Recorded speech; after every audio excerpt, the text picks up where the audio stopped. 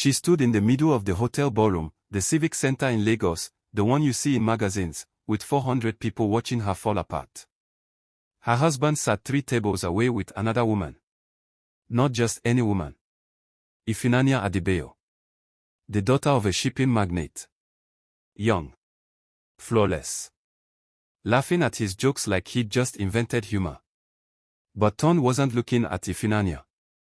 He was staring at his wife, Chioma, the woman standing alone in that pale blue dress she'd sewn herself because she couldn't afford the boutiques anymore. His eyes were cold. Not angry. Worse. Empty. Like she'd become invisible. Someone whispered something. Laughter scattered across the room like broken glass. Chioma's hands shook as she gripped the back of an empty chair. Her best friend, Bola, who was supposed to be at her side, was suddenly very interested in her phone. No one made eye contact. No one moved toward her. In that moment, with the weight of 400 eyes pressing down on her shoulders, Chioma realized the truth: she had destroyed herself for a man who was destroying her in public. But nobody in that room knew what had really happened. Nobody knew the price she'd paid. Nobody knew the nights she'd stopped eating so her children could have breakfast. Nobody knew what she'd sold. Nobody knew what she'd sacrificed. And before this evening ended, everything would change forever. Let me take you back. Back to 2008. Back to Chioma at 23 years old. She grew up in Ajigana, that part of Lagos where the houses leaned toward each other like tired relatives. Her father was a carpenter. Not the fancy kind who does interior design for Lekki homes. The kind who worked with his hands, who came home with dust in his hair, who taught Chioma that dignity lives in effort, not outcome. She remembers her father sitting on the edge of her bed one night when she was 9.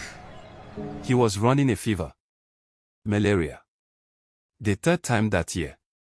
Chioma, he said, and his voice sounded like it was coming from far away. Promise me something. She was just a girl. She promised anything. Don't marry a poor man, he said. Not because money is everything. But because a poor man gets tired in a way that breaks him. I don't want that for you. I don't want you to watch the man you love disappear because he can't provide. He never said it, but she understood. This was about him. About the shame he carried every time her mother needed to borrow money from her sister. Every time there wasn't enough for school fees. Every time he had to choose between medicine and food. Her father died 3 years later. Appendix. A surgery that cost what he made in 2 years. By the time they had the money, the infection had spread. He lasted 4 days in the hospital. Chioma was 12. By the time she was 23, she had already rebuilt her family's life once. She'd gotten a business diploma at a government college, the kind where you sat 4 to a desk and shared textbooks. She'd started a small catering business from her mother's kitchen, making jollof rice and more for parties, weddings, corporate events. It was enough. Not plenty, but enough. Then Ton walked in. He came with a catering order for his uncle's business. 20 servings of pepper soup for a company event. He was in his late 20s, with eyes that held something rare, a quality that felt like seeing color after living in black and white. He was kind. He didn't rush her when she was explaining the menu. He didn't patronize her. He asked about her business like he genuinely wanted to know. He came back the next week with another order, even though he lived in Ikoyi and her kitchen was in a crowded neighborhood on the mainland. He said the pepper soup was the best he'd ever tasted. But that wasn't why she fell in love with him. She fell in love with him because of the way he talked about his mother. He took care of her. He'd already paid for her house, bought her a car. He set aside money every month just for her comfort. When he spoke about family obligation, it wasn't resentment. It was love. She thought, this man understands. This man knows what it means to sacrifice for people you love. This man will understand me. They were married within 8 months. A small ceremony. Chioma's mother cried the entire time, not sad tears, but the kind of tears that come when you finally believe your suffering has meant something, that your daughter's life will be different. Ton's family barely came. His younger brother didn't show up at all. But Ton said it didn't matter. He said, "It's you and me now. That's all we need." For the first 2 years, it was true. This is the part nobody sees. By 2010, Ton had lost his job. The company had downsized. Just like that, 10 years of loyalty, erased in a single email. He was devastated. She remembers him sitting in the dark living room of their one-bedroom apartment, not moving, barely speaking, for 3 days straight. She didn't panic. She got to work. She expanded the catering. She woke up at 4 a.m. to buy ingredients at Lekki Market. She cut onions and peppers until her hands burned. She cooked in that tiny kitchen until the heat made her dizzy. She delivered orders herself, balancing trays on her head, taking 3 buses across Lagos, in rain, in traffic that made you want to scream. Ton started looking for work. He interviewed everywhere. Lagos was brutal.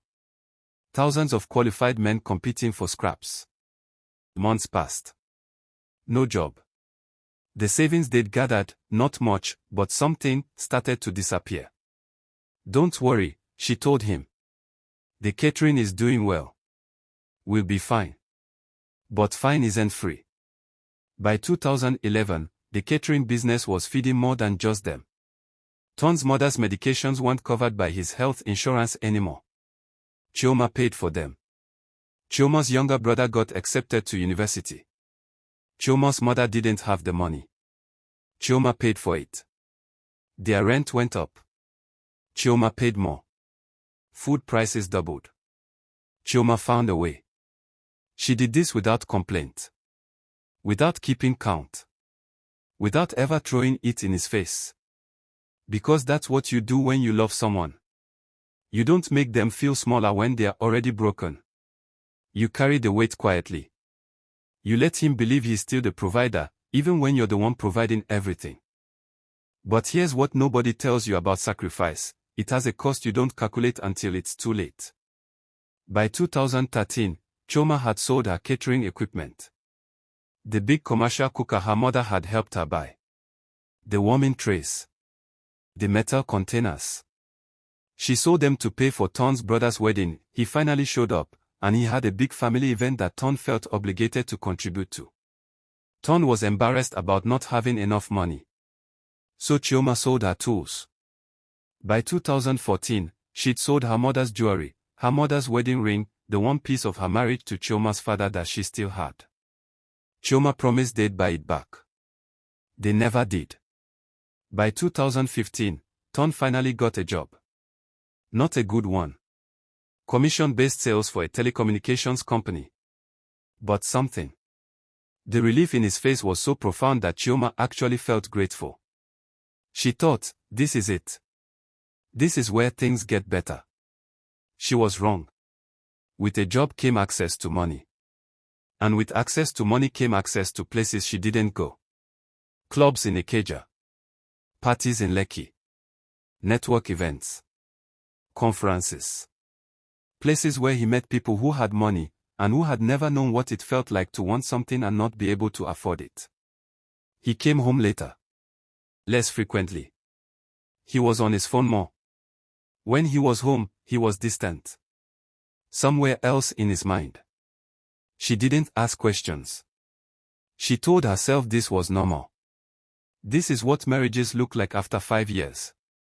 The fire cools. The romance becomes routine. But it wasn't routine. It was replacement. In 2016, a woman named Ifunanya came to their neighborhood. She was the daughter of one of Ton's clients. She'd just returned from university in London. She had a Range Rover. She had a body like it was designed by someone with unlimited access to the finest things. She had a laugh that turned men into fools. Ton told Chioma about her once, casually, while she was washing plates. "I met this girl at the office. She's handling her father's logistics account. Sharp girl. Went to LSE. Chioma didn't say anything. She just kept washing." By December 2016, Ton was staying out 3 nights a week. He said it was work. Events. Client entertainment. She wanted to believe him. Then in January 2017, she found the hotel receipt. 400,000 naira. A presidential suite at the Intercontinental. Dated for a Tuesday night when he said he was at a conference in Abuja. Her hands shook when she held that receipt. Not from anger. From recognition. From the terrible clarity that comes when you finally see what you've been refusing to see. She didn't confront him. She just kept working. Kept cooking. Kept managing. Kept the house running. Kept pretending. Because confrontation would mean acknowledging it was real. And if it was real, then everything she'd built, everything she'd sacrificed, was built on a foundation of lies. So she lived in the silence instead. She lived in the space between knowing and being forced to know. She lived in the hope that somehow she was wrong, that the receipt didn't mean what she thought it meant, that the man she'd married and the man he was becoming were somehow both true. She was still living in that space when the invitation arrived. The invitation was to a gala. Hosted by Ifunanyo's father. Celebrating the expansion of his logistics company. Black tie. The who's who of Lagos business. Ton said they should go. He said it was important for his career. He said, "Let me show you off. Let me show them what I have at home." Chioma heard what he wasn't saying. He wanted her there so that Ifunanyo would see. So that Ifunanyo would know he was married. She bought fabric at the market. She stayed up for 3 nights sewing that blue dress. She wanted to look beautiful not for him, but for herself. For some part of her that was still fighting to believe she was worth something, what she didn't know was that the invitation had come through Ton's phone. What she didn't know was that Ifunanyo had written a message, "Bring your wife. Let me finally meet the woman you've told me so much about." What she didn't know was that those 2 sentences were there.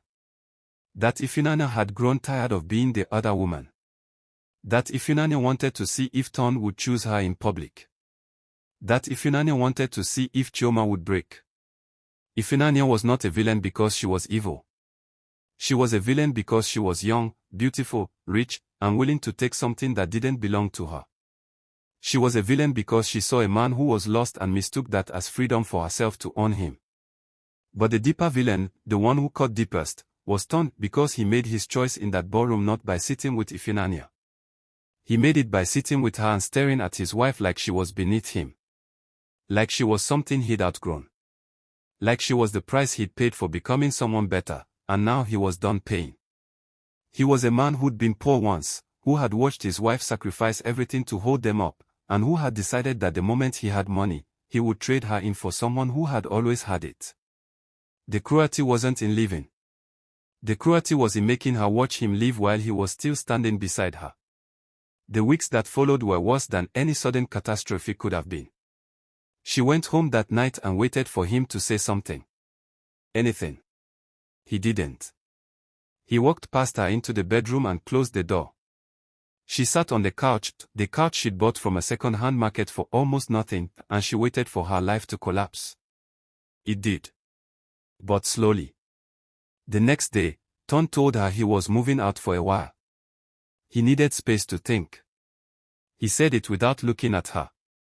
He packed a bag while she stood in the doorway, frozen. "Is there someone else?" she asked. He didn't answer. Which was an answer. Within 2 weeks, he'd moved into a hotel in Lekki. A nice one. Not as nice as the Intercontinental, but nice. Ifunanyo was seen there. People in their circle started talking. Chioma's phone filled with concerned messages disguised as friendly gossip. She could see the pity in people's faces. The knowing. The vindication of everyone who'd ever said she was too simple for him, not educated enough, not from the right family. But the real danger came when he stopped coming home at all. The rent was due. He'd been paying it. Now he said it wasn't his responsibility anymore. He said marriage was over. He said she should go back to her family. As if the apartment they'd lived in together for 8 years, as if the life they'd built, was suddenly just hers to manage alone. She called him 17 times. He answered once. "Chioma," he said, and his voice was tired, like she was exhausting him by existing. "We're done. Move on." She couldn't move on. She couldn't even move. The rent was $20,000 a month. Her catering business had suffered while she was holding their lives together. She was making maybe $8,000 a month, and only after paying for ingredients and transportation. Her mother was living with her now. Her mother's health had deteriorated while Chioma was playing this game. She had monthly medications that cost 4,000 naira. She had nothing. And she had no one. Worse, she had a court case hanging over her head. Ton's lawyer sent a letter. He was filing for divorce. He was claiming they were married in a customary union that wasn't properly registered. He was claiming that legally, they were never married at all. He said Chioma had no right to his property, no right to claim anything. He said if she contested, he would tie her up in court for years. She was being erased. Chioma sat on her bathroom floor one Tuesday evening. The sun was going down, turning everything gold and grey, and she thought about disappearing. Not dying. Just not being here anymore. Not being responsible. Not being the woman holding everything up while it all fell apart anyway. She thought about her father. About what he'd said when he was sick and ashamed. About the way disappointment can break a person more thoroughly than pain. She didn't want that for her mother. She didn't want her mother to carry the guilt of watching her daughter give up. So she didn't. She got up. She washed her face. And the next morning, she did something she'd never done before. She told the truth. Chioma called a family meeting. She had her mother there. Ton's mother, yes, she was still in contact with her. She had the pastor from her church. She had her best friend Bola, the one who'd abandoned her at the gala, but who'd been calling every day for weeks, full of regret. And she called Ton. She didn't tell him why. She just said, "Please come home." Surprisingly, he came. He walked in that small apartment, the one that suddenly felt enormous because it was filled with people watching him, and she could see him calculate his escape route. He looked for a lie to use. He found it. He started to speak. And then his mother reached out and took his hand. That's all it took. Chioma told them everything. Not in an accusatory way. Not with anger. But with the quiet, devastating clarity of someone who has nothing left to lose because she's already lost it all. She talked about the years. The early mornings. The equipment she'd sold. The jewelry from the cremation ashes of her mother's marriage. She talked about buying his mother's medications when he was working and not offering to help. She talked about carrying her brother's university fees on her shoulders while Ton was learning what it felt like to have disposable income. She talked about the night she chose between eating and paying the electricity bill. The night she wore her old clothes to a party because she'd bought him a new suit. The night she sat up with his mother when she had a fever because Ton was out, because he was already somewhere else. But most of all, and here her voice cracked, she talked about believing. She talked about believing in him when he didn't believe in himself. She talked about choosing to see his worth when the world had told him he wasn't worth much. She talked about loving him not as a transaction, but as a choice made every single day for 8 years. And then she asked him one question. When you were nothing, when you had nothing, when everything inside you was breaking, who held you up? Ton couldn't answer. His mother was crying. Bola was crying. The pastor was sitting very still, the way people sit when they are witnessing something sacred. I did, Chioma said. I held you up.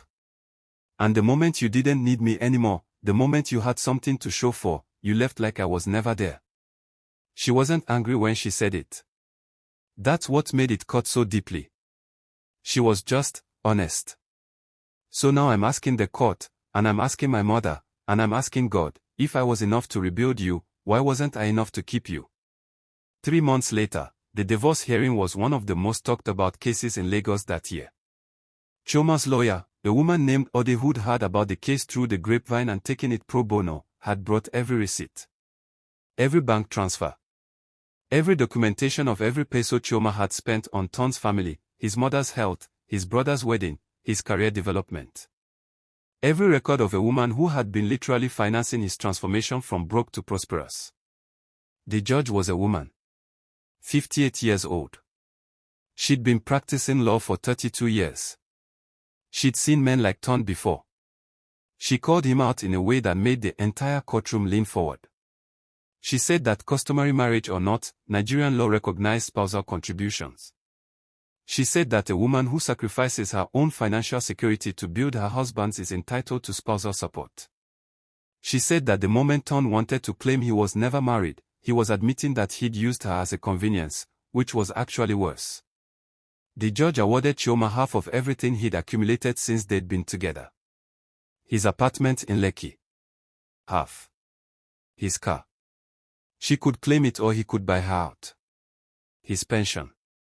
Half of his contributions. And monthly alimony. Until she remarried or for 5 years, whichever came first. When the verdict came down, the courtroom erupted. People were cheering. Strangers who didn't know her, who just knew the story, who'd heard about the woman who'd sold everything for a man who sold her for nothing, were standing up and applauding her. Ton's face went white. Ifunanya, who was sitting in the back of the courtroom, stood up and left without a word. Later, people said she'd gone back to London. She'd gotten tired of dating a man who was about to lose everything. It turned out that was all he was to her. After all, Ton's life didn't collapse dramatically. That's not how real consequences work. He had to sell the apartment. He moved back to a smaller place. He had to take the monthly alimony payment out of a salary that suddenly felt smaller. He had to explain to Ifunanya's father why the logistics deal he'd been negotiating fell through, because the father, upon hearing about the court case, decided to do business with someone more trustworthy. His younger brother, the one who'd never shown up to the wedding, called him after the verdict. "You didn't have to do her like that," he said. And then he hung up. His mother stopped calling as much. Not out of anger, but out of shame. She knew what Chioma had done for her.